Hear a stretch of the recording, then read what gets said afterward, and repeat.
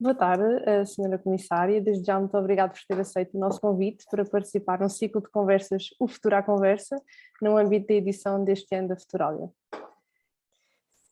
É um gosto enorme estar aqui convosco e poder participar e, sobretudo, poder divulgar o trabalho que o Plano Nacional das Artes tem feito no país, com as escolas e com as outras instituições. Portanto, é também uma oportunidade extraordinária para nós.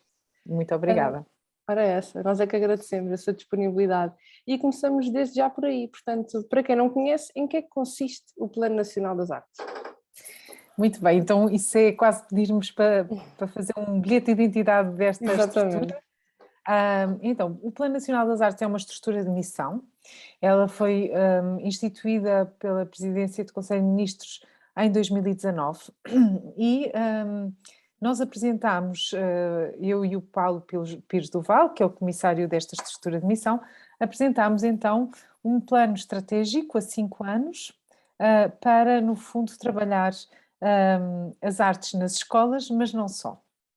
Então, se calhar falar-vos um pouco também da tutela e desse plano estratégico para que consigamos depois ter aqui um bom chão para todas as outras questões. A tutela do Plano Nacional das Artes é o Ministério da Cultura e o Ministério da Educação. Desde o ano passado estamos também a trabalhar com o Ministério da Ciência e Ensino Superior, portanto conseguimos agora alargar o âmbito da nossa ação à educação já a um nível superior e também dar esta continuidade de educação ao longo da vida, interessava-nos muito.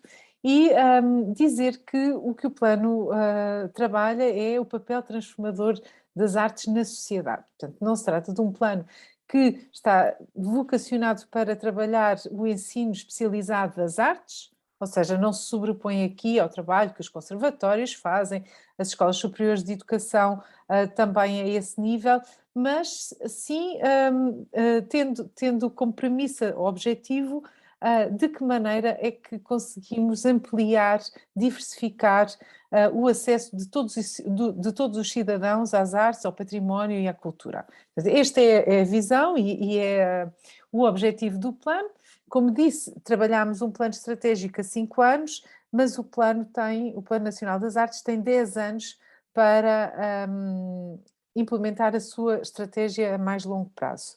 Portanto, a visão é 10 anos, com estes dois momentos. O primeiro momento termina em 2024 e o segundo momento em 2029. Só uma nota especial também, porque muitas vezes pensam que os nossos interlocutores, e como é natural, que este é um plano, como tantos outros, que se situa, foca e vive dentro da escola.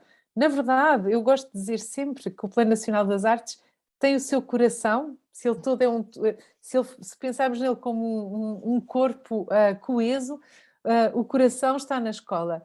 Mas quando revisitamos outros planos anteriores com objetivos de alguma maneira semelhantes a este, percebemos que talvez o facto desses planos terem fechado tenha sido a situação de se terem focado apenas no trabalho com as escolas e dentro das escolas com as disciplinas do ensino artístico, ou seja, as educações visuais, musicais ou as optativas ligadas às outras expressões.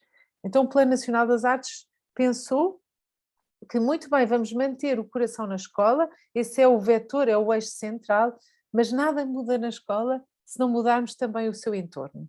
E, portanto, vamos pensar num plano que não tem muros e que não se confina dentro da escola e vamos propor um conjunto de estratégias que permitem à escola ter uma melhor relação com aquilo que está à sua volta, com a sua comunidade, com as suas comunidades e com os territórios, mas também propor que essas comunidades e territórios se sintam responsáveis por aquilo que acontece na escola.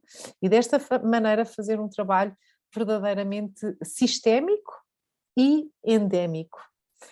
E essa é, assim, de uma maneira muito genérica, o cerne da nossa proposta. E dentro das escolas, como é que nós podemos ver este Plano Nacional das Artes em prática, digamos assim? Muito bem. Então, como vos disse, este plano, ao ter 3 eixos de ação, o primeiro dos quais está todo ele vocacionado para políticas culturais, que esta premissa de que nada muda na escola se não mudar também no seu entorno, e é um eixo muito ligado à criação de índices de impacto, planos estratégicos municipais que liguem cultura e educação, financiamento, pensar as questões do mecenato, enfim, no fundo tem um âmbito muito mais alargado e ligado às políticas públicas. Depois há um segundo eixo, que acho que vale a pena depois falarmos nele mais em detalhe, ligado à capacitação de todos aqueles que trabalham com o Plano Nacional das Artes e, portanto, estamos a falar de mediadores culturais, docentes, artistas, enfim, todo o espectro da ação de quem trabalha, quem colabora com o plano. E, por fim, um terceiro eixo, chamado Educação e Acesso, onde trabalhamos verdadeiramente as questões ligadas a cada território, a cada lugar. E é aqui, neste eixo, que situamos o programa Indisciplinar a Escola. É então este o programa que tem um conjunto de medidas totalmente vocacionadas para a escola e onde, no fundo, elaboramos esta transformação, essa mudança que queremos propor para as escolas. E foi mesmo nesse sentido que chamámos a este programa Indisciplinar a Escola. Foi assim uma grande provocação. Nós não queremos indisciplinar os alunos, não, pelo contrário, até queremos que eles, no fundo, ao sentir-se bem, sejam muito mais motivados, muito mais cooperativos com o currículo e com todos os intervenientes, mas queremos propor uma outra forma de olhar para quem ensina, como se ensina e os próprios passos onde ensinamos. Mas, por outro lado, como é que se aprende, quem aprende, que linguagens são essas que também temos que absorver e alterar para que a aprendizagem seja mais efetiva. Então é indisciplinar nesse sentido de vamos transgredir aquilo que tomamos como certo. Por outro lado, queremos transdisciplinar as disciplinas, porque aquilo que ouvimos de tantos alunos e mesmo de muitos professores é que o conhecimento não pode ficar confinado a áreas estanques. Hoje em dia o conhecimento é algo muito plástico, que muito, como é que eu vou dizer, efêmero no sentido em que está sempre a mudar, está sempre a ser atualizado e, sobretudo, sabemos que os grandes projetos de investigação, de inovação, de criatividade são projetos multidisciplinares e em linha com as políticas educativas, e isso é importante frisar, o Plano Nacional das Artes não surge dissociado dessas políticas, surge como um braço armado justamente das leis vigentes, sobretudo a Lei 54 e a Lei 55 do Ministério da Educação, que está ligada a uma educação mais inclusiva, mas também à flexibilidade e autonomia curricular. Em linha com essa visão, o Plano Nacional das Artes propõe um conjunto de estratégias que permitem à escola pensar fora desses limites disciplinares e por isso também o indisciplinar a escola. Então, como é que nós o encontramos?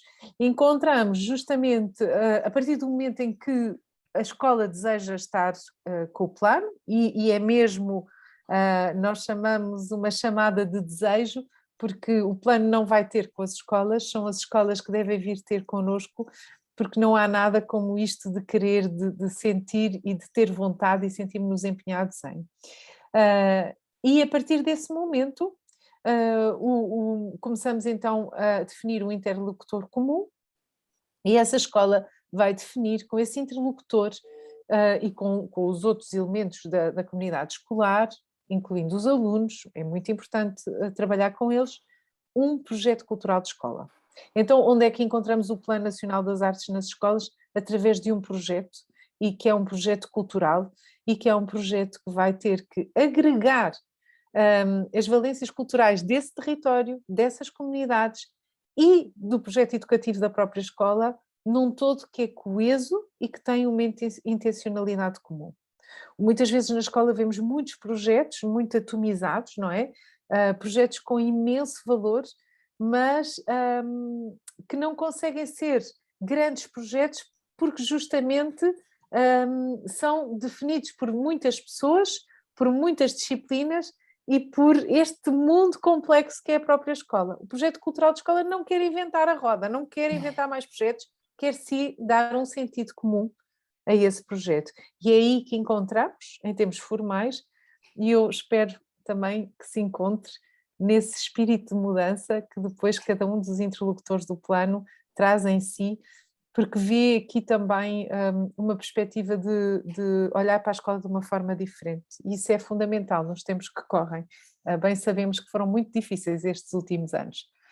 É verdade, e realmente nós temos entrevistado inúmeras figuras relacionadas com as escolas e com o ensino e com a educação, e por acaso esse é um ponto comum em todos eles, que é preciso pensar a escola de uma outra maneira, a escola enquanto lugar e espaço, e também a escola enquanto veículo de conhecimentos, porque efetivamente continua a haver a disciplina A, B, C, D, mas é preciso pensar estas disciplinas de uma forma mais unida, porque realmente nós somos seres humanos por um todo e não somos divididos em pequenas parcelas.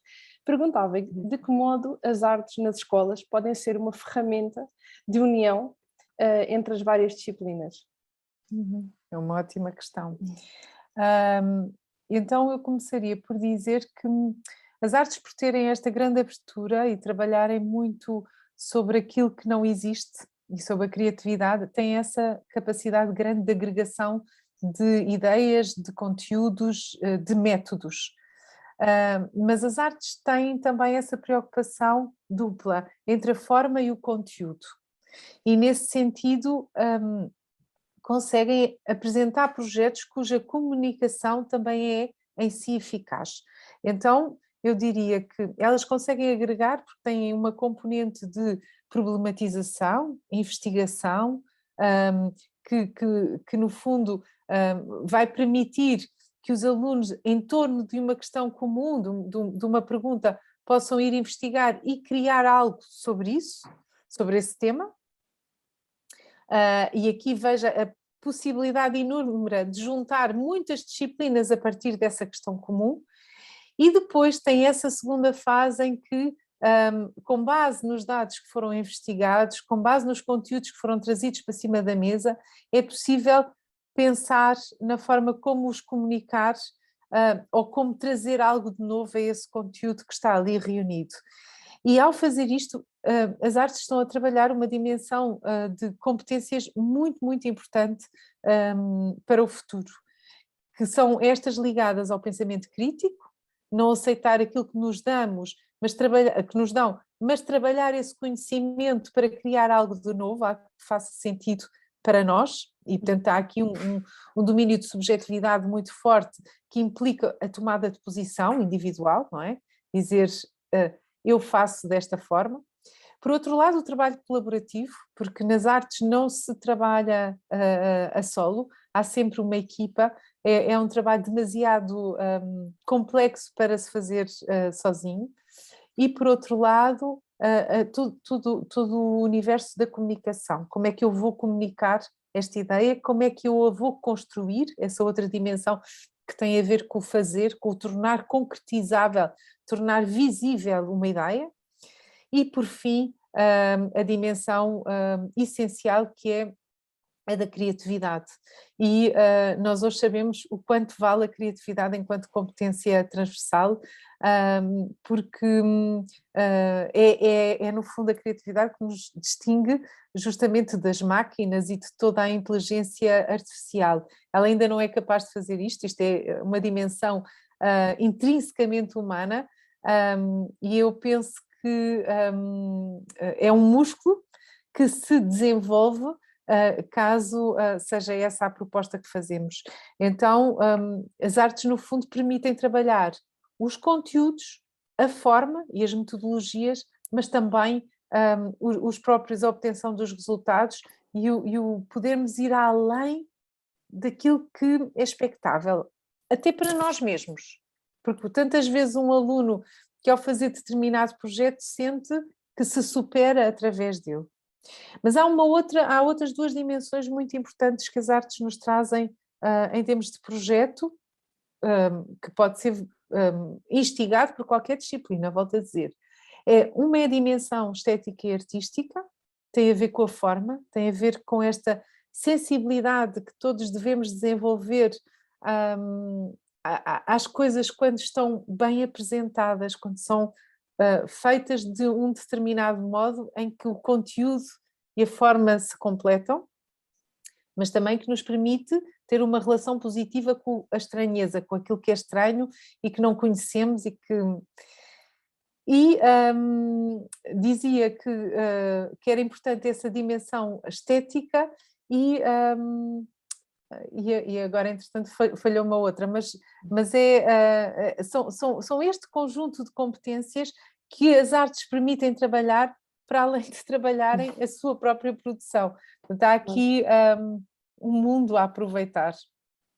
Inserido neste Plano Nacional das Artes está o projeto Artista Residente, que consiste no acolhimento de um artista nas instalações de agrupamentos e escolas que, tal como já falámos, que o desejem e que tenham esse interesse.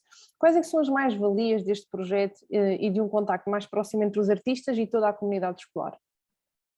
Muito bem, esse é um projeto que é muito querido no Plano Nacional das Artes, é aquele projeto que é muito diferenciador. Quando as escolas podem receber um artista residente, elas dão um salto muito grande em termos da sua maturidade artística, e aqui estou a falar da escola como um todo, com todos os seus intervenientes, porque o artista ele vem para a escola como se fosse um hóspede estrangeiro, ou seja, ele não é um professor, não é um aluno, é alguém que traz um pensamento novo para a escola, mas também, assim como vem, transforma, age, também sai. Portanto, a ideia é que o artista possa residir, mas também que não fique em permanência. Mas essa residência não pode ser uma residência fugaz, tem que ser uma residência que tenha tempo para que o projeto possa ganhar raízes e essa maturidade que falava. Então este projeto tem-nos permitido ver como é que a introdução deste ser criativo, este ser que tem uma metodologia diferente e sobretudo que nos traz um olhar sobre o mundo e uma atenção sobre o mundo muito diferenciadora,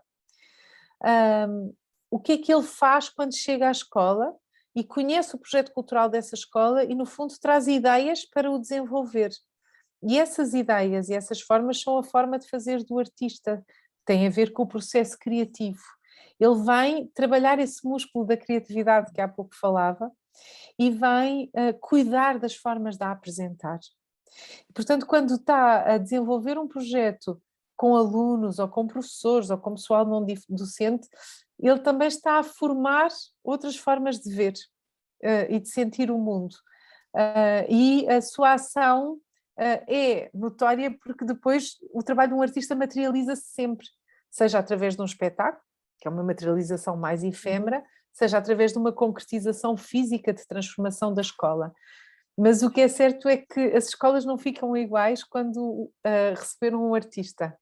E isso é qualquer coisa que nós já podemos comprovar, porque ao fim destes 2 anos já há um conjunto de artistas residentes nas escolas. E eu vou aproveitar esta pergunta para deixar uma nota a muitos professores, diretores de escola, que o programa de promoção do sucesso escolar, em 2020, decidiu que a medida artista residente era uma das medidas que tinha esse potencial transformador da escola e até potenciador das aprendizagens. E nessa altura decidiu abrir a possibilidade às escolas, quando fazem a contratação dos seus técnicos especialistas, e as escolas aí decidem muitas vezes por psicólogos, terapeutas da fala, enfim, animadores socioculturais, um sem número de pessoas de profissões muito úteis dentro da escola, abre também a possibilidade de o artista ser um membro de uma comunidade educativa.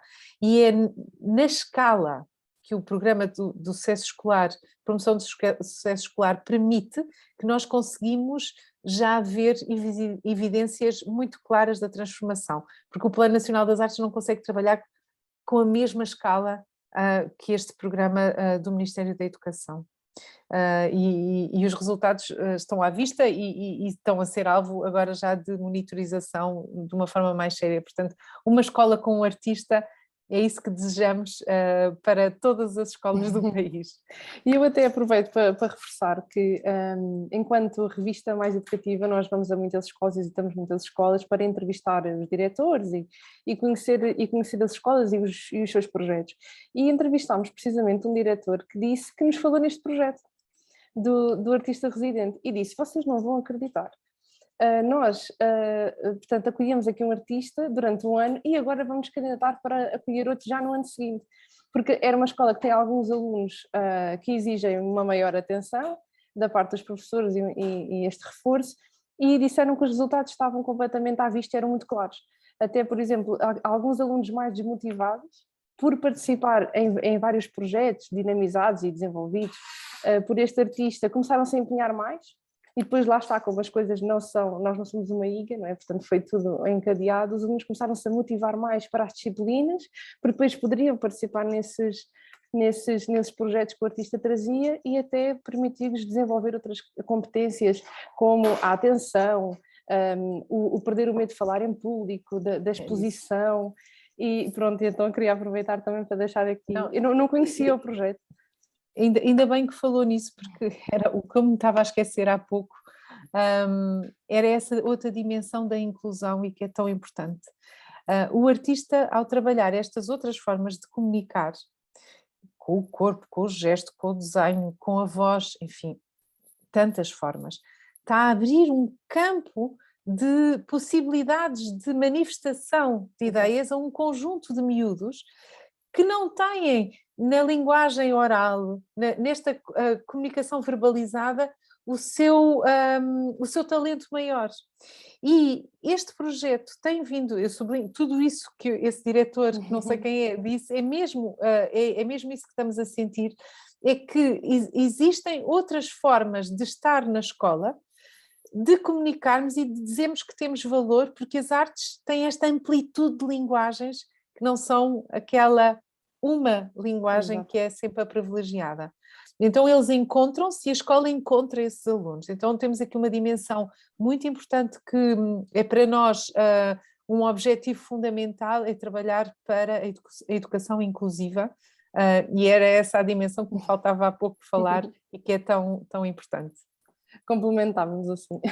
É isso. Queria também aproveitar para falar que a cultura e as artes, de uma forma geral, ainda são inacessíveis a uma franja social que ainda é significativa. Porquê é que é tão importante para a formação e educação dos jovens aproximá-los da cultura e das artes, e de que modo é que este plano especificamente consegue alcançar esta aproximação?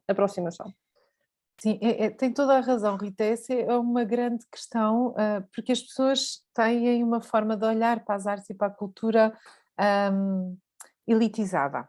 Portanto, a ideia, muitas vezes, dos nossos concidadãos é que as artes são qualquer coisa para uma elite, são qualquer coisa inacessível, muitas vezes acham que não vão perceber o que ali está, que não têm ferramentas para apreciar aquele tipo de cultura. Então, a primeira coisa que o plano faz é dizer que a cultura é plural, que devemos olhar para a cultura no plural, sem adjetivos, sem olhar para ela e dizer esta é erudita, esta é popular, esta é desta forma ou daquela, não.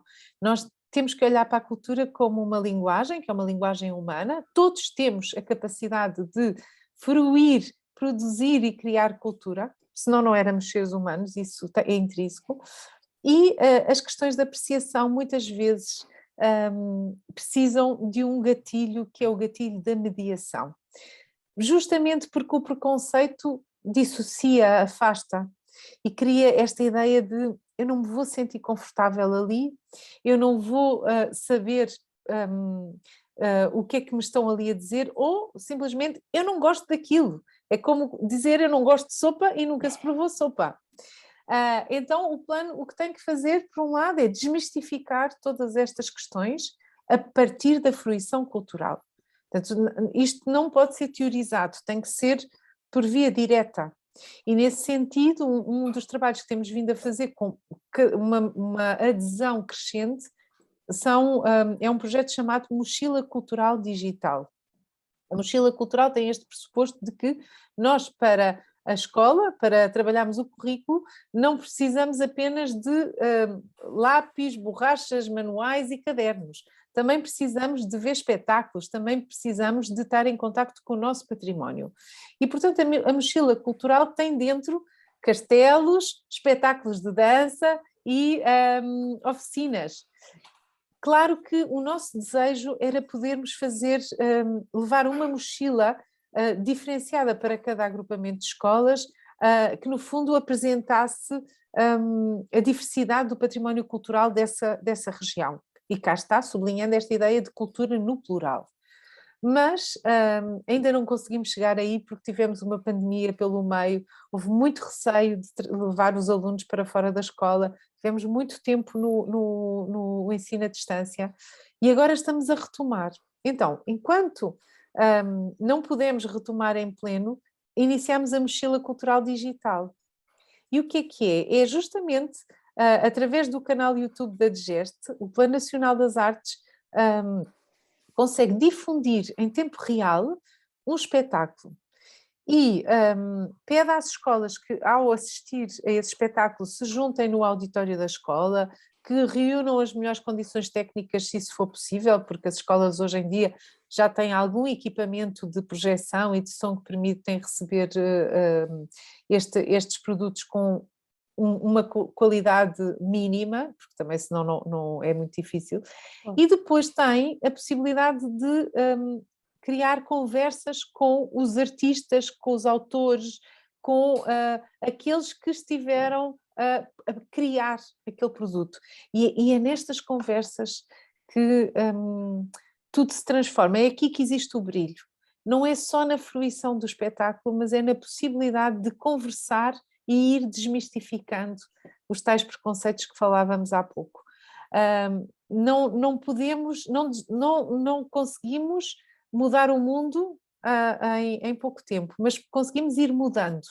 Nós queremos tudo, podemos alguma coisa, mas só podemos fazê-lo se tivermos esta capacidade de mediar, de estar no meio. E eu costumo dizer que o Plano Nacional das Artes é uma entidade que faz pontes e que está no meio entre duas partes que às vezes não estão bem conciliadas. Agora, este é um trabalho hercúleo, é verdade, até porque não nos situamos só na infância e na juventude. Exato. Estamos a trabalhar também com os idosos, com os adultos, enfim, com todos. Agora, só para voltar a essa questão inicial, a responsabilidade deste aproximar ou afastar das pessoas à cultura é de todos nós, não é dos professores, nem é da escola, nem é dos artistas, nem é das instituições culturais, é de todos. Nós todos temos que operar esta mudança de estilo, esta mudança de forma de olhar o mundo e abrir uma fresta para que aquilo que à partida se calhar me soava estranho, dar-lhe uma oportunidade. Mas é um trabalho que se faz de muitas vozes e de muitas mãos, não somos os únicos, somos muitos. E a nossa conversa vem a propósito da Futuralia deste ano, que retoma ao fim de 2 anos de pausa, teve que ser, não é? E há muitos jovens que visitam a Futuralia sem saber qual o próximo passo a darem em direção ao seu futuro. Como é que as artes podem abrir e ajudar a abrir estas portas e ajudar a que os jovens conheçam-se melhor eles próprios e consecutivamente saibam qual o próximo passo que devem dar neste caso? Sim, e vou acrescentar a isso, a essa questão, Rita, o facto de termos vivido, volto a dizer, estes 2 anos muito difíceis, sim, que ainda criaram mais incerteza, não é? Incerteza é a grande palavra que define o futuro, já era e agora muito mais. Não conseguimos sequer projetar as necessidades desse futuro, não só por tudo o que está ligado com a inovação e com o universo do trabalho de inteligência artificial, mas mesmo para estas questões que estão a acontecer neste momento, como a guerra, no fundo, uma guerra que à partida seria tão distante, vai ter impactos a muito curto prazo na nossa vida. Exato. E nas nossas escolhas para o futuro. Então, eu acho que a Futuralia é este grande espaço que permite que os jovens tenham contacto com muitas possibilidades. As artes são uma delas. Muitas vezes aquilo que temos vindo a sentir nestes últimos anos, de conversas com pais e com professores e até de dados estatísticos, é que esta incerteza tem vindo a afastar os jovens da opção pelas artes.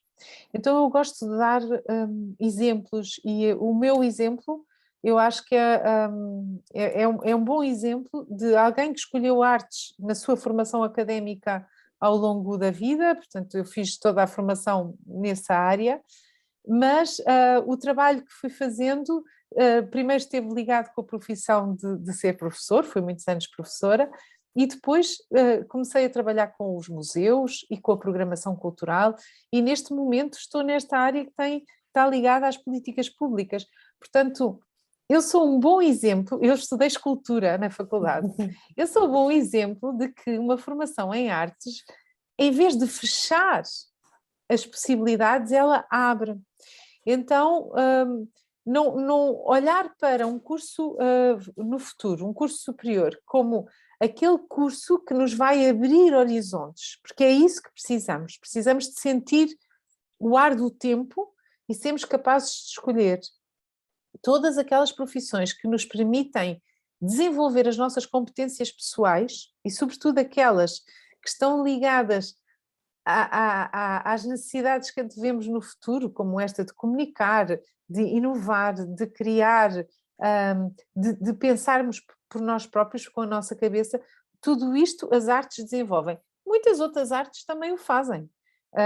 Eu não quero fazer a apologia das artes, eu quero é dizer que as artes trabalham muitíssimo bem o desenvolvimento destas competências e não devem ser colocadas de parte, porque há esta ideia de que ser artista é escolher o caminho das pedras, não é? É escolher uma profissão onde não vamos ser ricos. Eu acho que é preciso tirar todos esses preconceitos, porque aquilo que nós vamos fazer com esta formação é aquilo que decidimos fazer. E hoje em dia os miúdos tem muita gente a dizer não faças isso, faz assim. Mas onde é que está a sua escolha própria? Onde é que está a sua voz? Onde é que está a sua verdade?